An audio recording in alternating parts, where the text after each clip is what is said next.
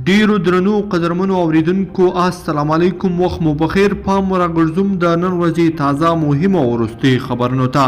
لومړی خبر: د ولسي جرګې رئیس میر الرحمن رحماني پاکستان ته د خپل سفر پر مهال د دغه هیواد د لومړي وزیر عمران خان او د دغه هیواد د ملي اسامبلې له رئیس اسد قیصر سره کتلي دي.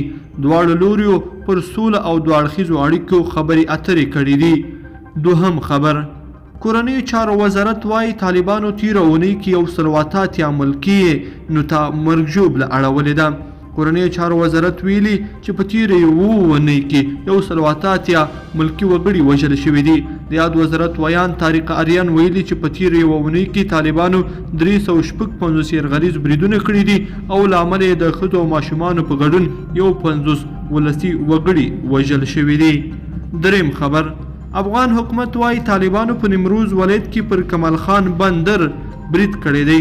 د عامه ساتنې د ملي تصدۍ ادارې ویان ضیاءالدین رسنیو ته ویلي چې وسلوالو طالبانو د کمال خان بند پر امنیتي پوستو بریدونه کړي او 6 سرتیري یې وژلي دي. نوموړي چې ویلي چې طالبانو د ټولو هوکړو پر خلاف پر عامه تاسیساتو او سترو پروژو بریدونو ته ادامه ورکړې ده. پنځلورم خبر: عمران خان وايي د افغانستان سوله د ټولو سیمې لپاره مهمه ده. د پاکستان لومړي وزیر یو ځل بیا ویلي چې د افغانستان سوله د ټولو سیمې لپاره د پرمختګ مهمه برخه ده.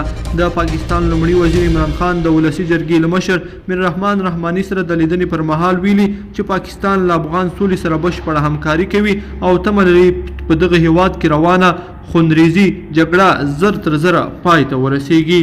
پنځم خبر: امنیتي ادارو ته د ولسي جرګې خبرداری.